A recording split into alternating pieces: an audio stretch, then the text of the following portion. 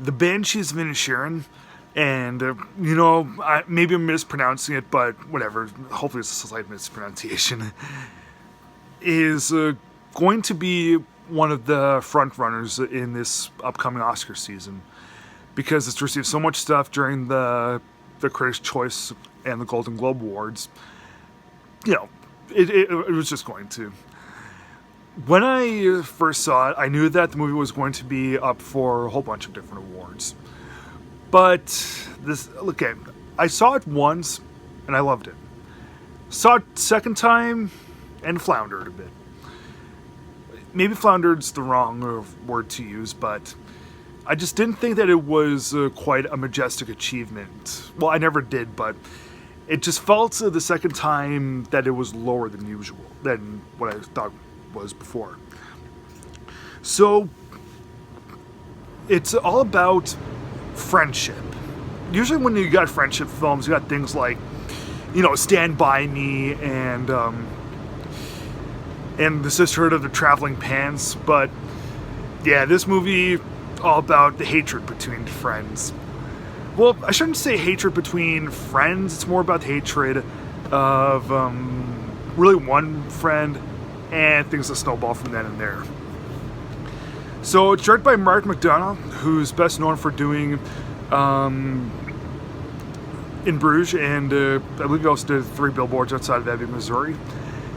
And stars Colin Farrell and Brendan Gleeson.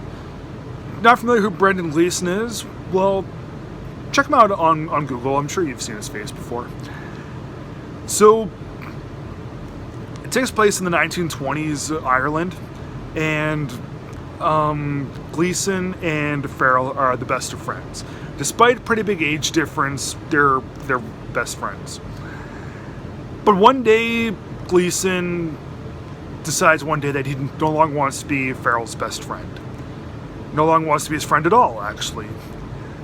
And despite living in a small village in Ireland, Gleeson says that he no longer wants to ever speak to Farrell again. Why, might you ask? Thinks that Farrell is boring. And he wants to live his life to the full, and he does not want any boring people bringing that down. So, that's his ultimate reason on why he doesn't want to speak to Farrell anymore. He thinks he's just dull. But I think that's a kind of a dumb reason why not to speak, especially in a small town like that where you have almost no other choice but to hang out, but to interact with certain people. I could see if Farrell was a bad guy and he tried to burn down his land, or he killed someone that was close to Gleeson. But Farrell's a really nice guy in the movie, and we never get to see why. Although he says that he doesn't want any dullness in his life anymore, we never get to see Farrell as being a dull person.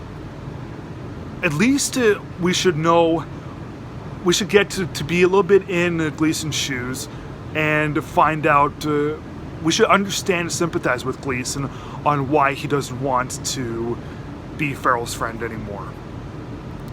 But we never get that. We just get a rather trivial and, if you ask me, kind of a pointless and frivolous reason as to why Gleeson doesn't want to be his friend anymore. But Farrell wants to rectify things, and things just keep snowballing and snowballing with, and it just gets progressively more hectic for both parties. And eventually it leads to one of those kinds of endings where not a whole lot's resolved, but you got to think a little bit for yourself. I didn't mind the ending in that regard, but the rest of the movie I thought was good, but it wasn't great. I just thought that if Gleeson had a better reason for not liking Farrell, the movie would have been really good. Because the acting by Gleeson and Farrell, it is really, really good. And the look of the film, top notch. Aside from the animated films of 2022, I would call the Banshees of Inisherin the best looking normal live action film in 2022.